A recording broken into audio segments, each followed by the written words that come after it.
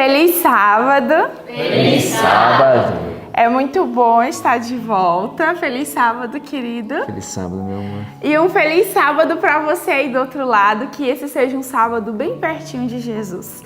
E você que nos acompanhou, você já deve estar sabendo, mas oficialmente vamos dizer, o nosso Kainan nasceu e nós agradecemos a Deus porque nesse sábado nós podemos adorar o Senhor junto com você e junto com o nosso filho também, junto com os nossos irmãos. Louvado seja o Senhor, porque grandes coisas o Senhor tem feito por nós e por isso nós estamos felizes. E nessa felicidade nós vamos orar ao nosso Senhor nesse momento. Bom dia, feliz sábado a todos. Vamos orar? Senhor Deus, muito obrigado por sua companhia, pelas bênçãos que o Senhor tem nos concedido, como Paula relatou. Tenho certeza que o Senhor tem abençoado a todos nós aqui na escola, todos os que estão nos acompanhando também. Sei que as tuas bênçãos repousam sobre todos os seus filhos e nós queremos lhe agradecer. Queremos lhe agradecer por este sábado e pedir sua companhia de maneira especial. Em nome de Jesus. Amém, Senhor. Amém. E o sábado é um dia muito especial, principalmente porque nós temos a oportunidade de buscar a Deus de maneira mais íntima, mais profunda. E se nós buscarmos a Ele, nós vamos encontrar grandes bênçãos, vamos encontrar o Salvador de nossa vida. E pensando nisso, nós vamos cantar o hino 128, Se Tu Buscares a Jesus. Tu buscares a Jesus, encontrarás o Salvador.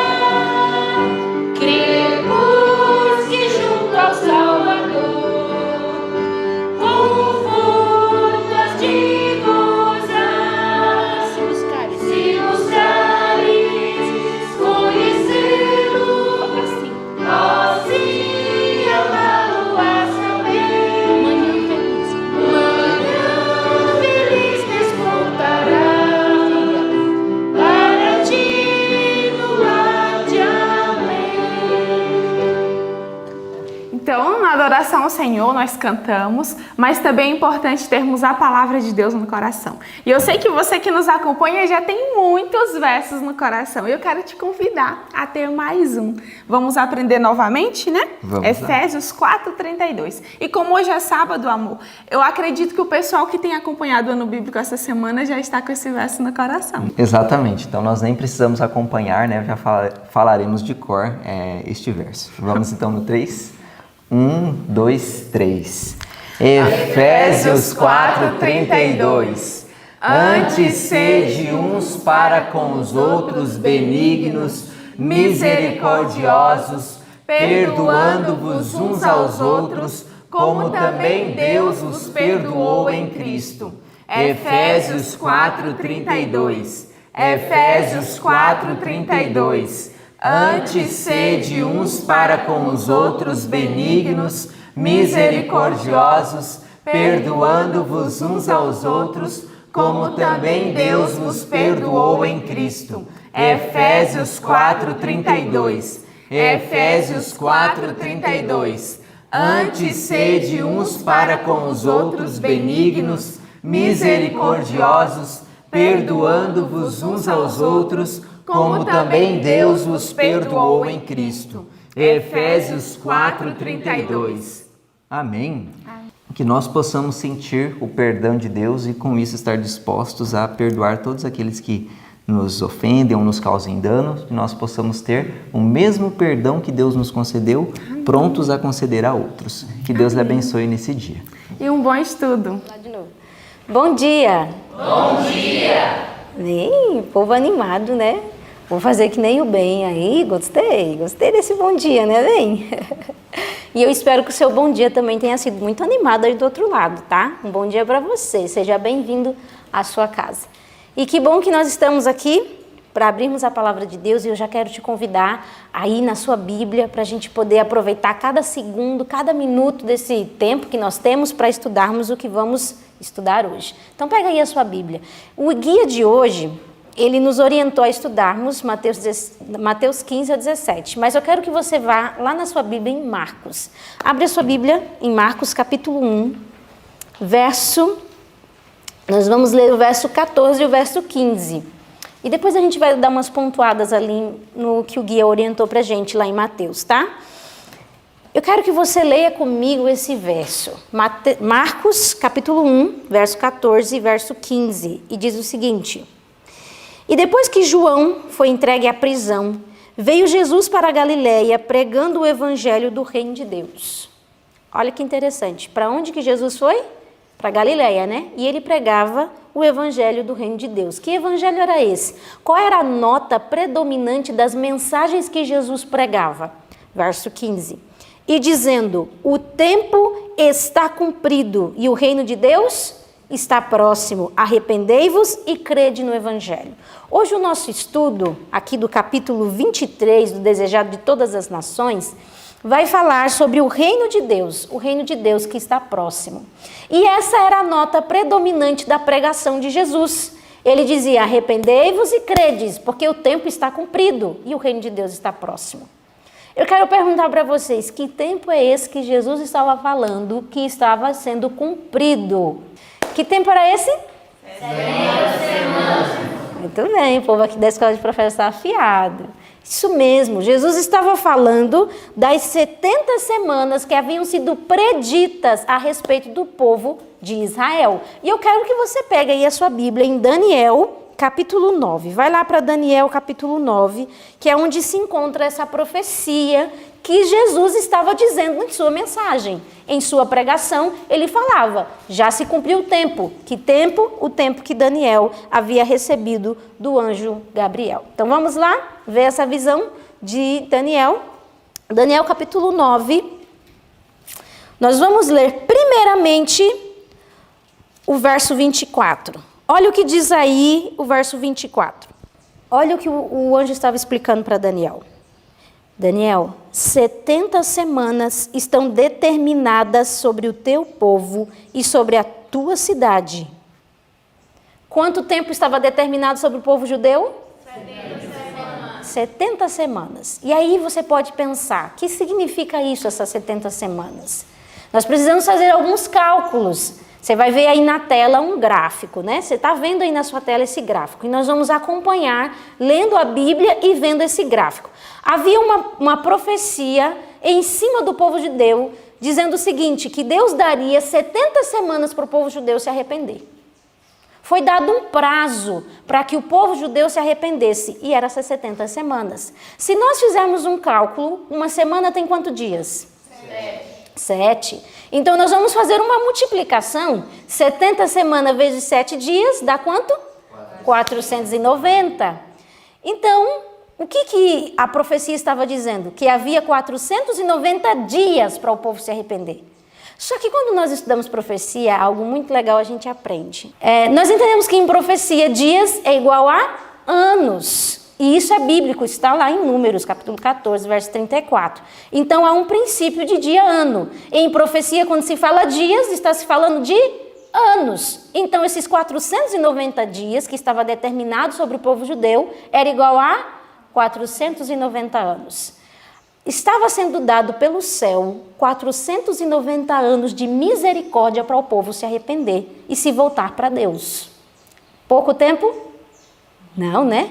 Muito tempo. Você lembra da história de Jesus com Pedro? Ô Senhor, quantas vezes eu tenho que perdoar? 3 vezes? Aí Jesus disse, não, Pedro. 70 vezes 7. O que Jesus estava ensinando para Pedro? Da mesma maneira como eu perdoo vocês, que eu concedo graça a vocês, porque por 490 anos a profecia diz que o céu daria graça a vocês, eu quero que você faça com o próximo. Do mesmo jeito que o céu te trata. Era isso que Jesus estava ensinando para Pedro. E lá estava agora Daniel recebendo essa profecia de que haveria 490 anos sobre o povo judeu para eles se arrependerem. Só que agora a gente fica com uma pergunta na cabeça. Quando que isso começa? Para a gente saber quando isso finaliza? Vamos ler agora o verso 25. Olha a explicação de quando que começa essa profecia. Sabe e entende, desde a saída da ordem para restaurar e para edificar a Jerusalém, até o Messias, o príncipe, haverá 7 semanas e 62 semanas. Vamos parar aqui. Vamos pegar só o início do texto. O início do texto diz o quê? Sabe e entende, desde a saída da ordem para restaurar Jerusalém. Então, onde era o início os 490 anos? A ordem que seria dada para restaurar e edificar Jerusalém. Nós sabemos que houveram alguns decretos, né, para edificar e restaurar Jerusalém. Mas o decreto que a profecia aqui fala é aquele que está lá em Esdras capítulo 7, onde Esdras recebe um decreto de Artaxerxes Longímano, esse é o nome do querido rei, que deu esse decreto para Esdras terminar essa obra do Senhor. E em que ano foi isso? 457 a.C. Então, no outono de 457 foi dado esse decreto de Artaxerxes. E lá estava agora o início dos 490 anos. E quando você faz esse cálculo de 490 anos, então no outono de 457, inicia-se a profecia das 70 semanas. E se você calcular aqui no livro, eu quero até ler para vocês aqui no parágrafo, que começa a nota predominante da pregação de Cristo, era o tempo está próximo, no finalzinho desse parágrafo diz que entrou no vigor do outono de 457, os 490 anos. Aí o parágrafo continua dizendo, daí, de 457, 483 anos estende-se ao outono de 27 depois de Cristo. O que a senhora White está querendo dizer com isso? No restante do versículo 25, diz assim, ó, vamos terminar de ler o versículo 25? Sabe e entende, desde a saída da ordem para restaurar e para edificar a Jerusalém até o Messias, o príncipe, haverá 7 semanas e 62 semanas. A profecia dizia o seguinte, virá o príncipe, o Messias, ungido, e até ele chegar, se passará 7 semanas e 62 semanas. 62 mais 7 dá quanto? 69. Então, das 70 semanas até o Messias se passaria 69 semanas. E aí você calcula, quanto que dá 69 semanas? Você pega 69 semanas vezes 7 dias, dá quanto? 483 anos. E é isso que a senhora White está dizendo aqui. De 457 no outono, né, de 457 a.C., inicia-se a profecia das 70 semanas. Até o príncipe ungido se passaram 69 semanas, que são 483 anos. E isso dá exatamente no ano 27 depois de Cristo. O que acontecia no ano 27 depois de Cristo? O batismo de Jesus. Jesus estava sendo ungido, batizado para iniciar o seu ministério. E aí ele começa pregando, o reino está próximo, porque o tempo está cumprido. Que tempo? O tempo da profecia lá de Daniel. Tudo conforme foi predito, aconteceu. Exatamente no ano 27, quando se cumpria as 62 semanas mais 7 semanas, Jesus foi batizado. Agora, das 70 semanas, nós tiramos 69. Fica faltando quantas? 1 semana. Uma semana é igual a quantos anos? 7 anos. São 7 dias, então são 7 anos. Haveria um prazo de 7 anos de pregação do evangelho para o reino judeu. 3 anos e meio através de Cristo essa pregação. Depois mais 3 anos e meio através dos discípulos essa pregação. Até o ano 34, quando Estevão é apedrejado e agora os judeus selam a sua rejeição de Cristo. Eles não querem saber. Eles não aproveitam a graça ofertada. E aí fecha as 70 semanas que estavam determinadas sobre o povo judeu. E após isso, o que acontece? O evangelho agora passa para os gentios. E Paulo é levantado como um apóstolo dos gentios. O evangelho é pregado para os gentios. Deixa eu virar a página, tá? Só um minutinho.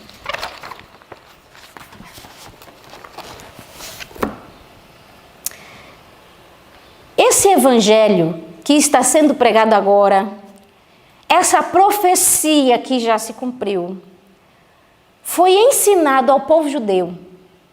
Eles tinham acesso a essa profecia. E Jesus Cristo e os próprios discípulos pregaram sobre isso para aqueles judeus. Primeiro na Judéia. Eu preciso explicar algo muito interessante. Quando Jesus começou o seu ministério, ele começou com os líderes daquela nação. Várias oportunidades foram dadas. O tempo que estava sendo cumprido foi dado como mensagem para aquele povo.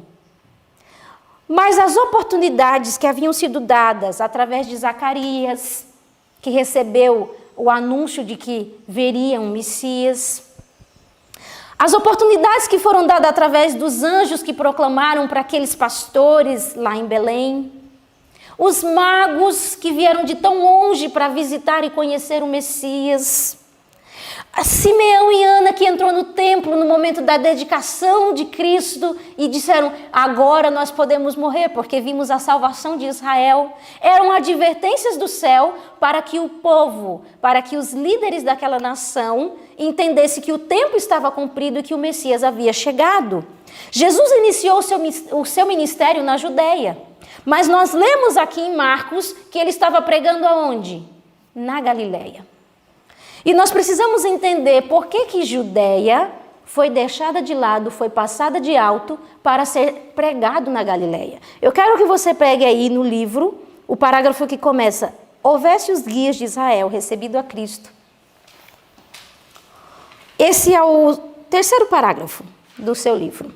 Houvesse os guias de Israel recebido a Cristo, e eles os teriam honrado como mensageiros seus para levar o evangelho ao mundo. Qual era o desejo de Cristo?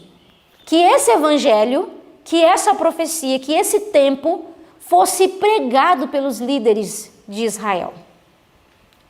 Mas eles não receberam a Cristo. Foi-lhes dada, primeiramente a eles, a oportunidade de se tornarem arautos do reino e a graça de Deus. Mas Israel não conheceu o tempo de sua visitação. Olha o que foi que atrapalhou eles de pregarem essa mensagem. Os ciúmes e desconfianças dos chefes judaicos maturaram em ódio aberto e o coração do povo se desviou de Jesus. Por que foi que eles não conseguiram se tornar mensageiros de Cristo? Por causa de ciúmes, por causa de desconfianças e ódio aberto. Eles foram impedidos de se tornarem arautos dessa verdade. Não foi que Deus os rejeitou, eles se colocaram em uma situação, em uma posição de não quero me envolver, não participo. Imagina isso. Imagina que situação.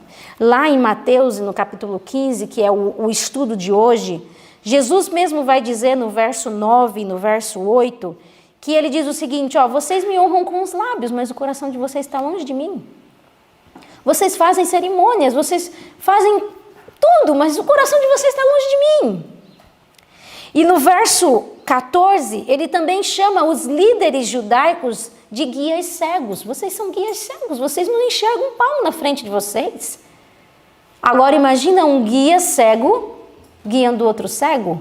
E aí ele diz, ambos cairão no abismo. E essa era a situação daquele povo, uma geração incrédula, um coração duro. Então Jesus agora ao invés de continuar recebendo essa resistência do povo de Judeia, ele passa a pregar na Galileia. E olha só que interessante o parágrafo que começa.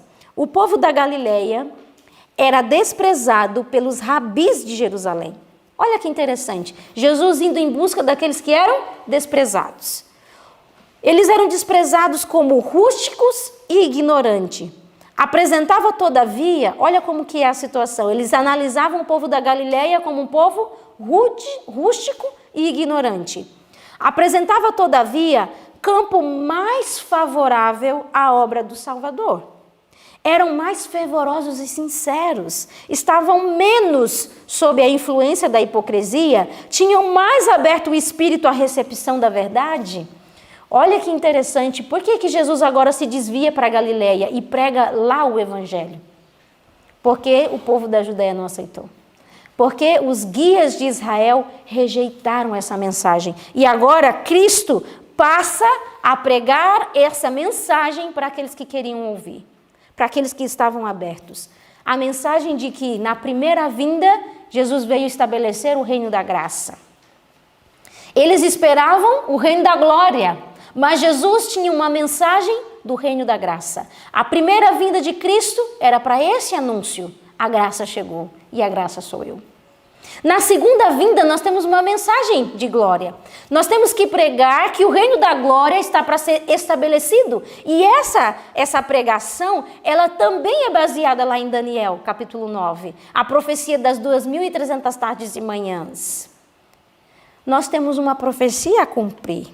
Nós temos uma responsabilidade diante do céu, de também pregar e anunciar que o tempo está cumprido e o reino da glória se aproxima. Mas nós temos que nos preocupar com uma coisa. Eu quero muito que você pegue aí na sua Bíblia, Lucas capítulo 21. Nós temos uma responsabilidade tremenda diante do céu. Nós somos o povo que carrega essa profecia, que entendemos a profecia de Daniel 9. O Senhor Deus nos deu essa graça de compreendermos isso.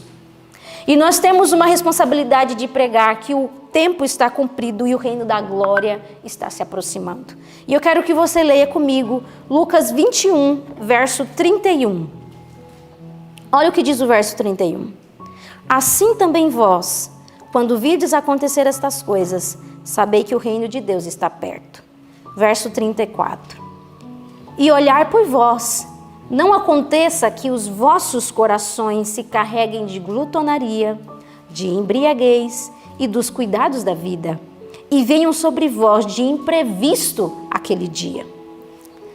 Verso 36. Vigiai, pois, em todo tempo, orando, para que sejais havidos por dignos de evitar todas estas coisas que hão de acontecer e de estar em pé diante do Filho do Homem. Queridos, a nação judaica, a nação de Israel, eles rejeitaram a mensagem da primeira vinda de Cristo. O reino da graça se aproxima. Agora nós temos a mensagem de que o reino da glória será estabelecido. Mas nós temos que vigiar e cuidar para que nós não tomemos a mesma posição da nação de Israel. Eu quero finalizar lendo para você esse parágrafo que começa: os judeus interpretaram e aplicaram mal a palavra de Deus e não conheceram o tempo de sua visitação. Será que nós estamos conhecendo o tempo de nossa visitação? Você tem percebido os sinais que têm ocorrido nesse mundo? Você tem percebido que o tempo está sendo cumprido? Os anos do ministério de Cristo e seus apóstolos, os últimos anos de graça para o povo escolhido, passaram-nos tramando a destruição dos mensageiros do Senhor. Olha, foi como que eles usaram o tempo de graça que foi concedido a eles. Tramando a morte dos mensageiros do Senhor. Terrestres ambições os absorviam. Eu preciso te perguntar, o que tem ocupado o teu pensamento, as tuas forças, o teu investimento? Aonde você tem focado? Qual é o centro da tua vida? São ambições terrestres?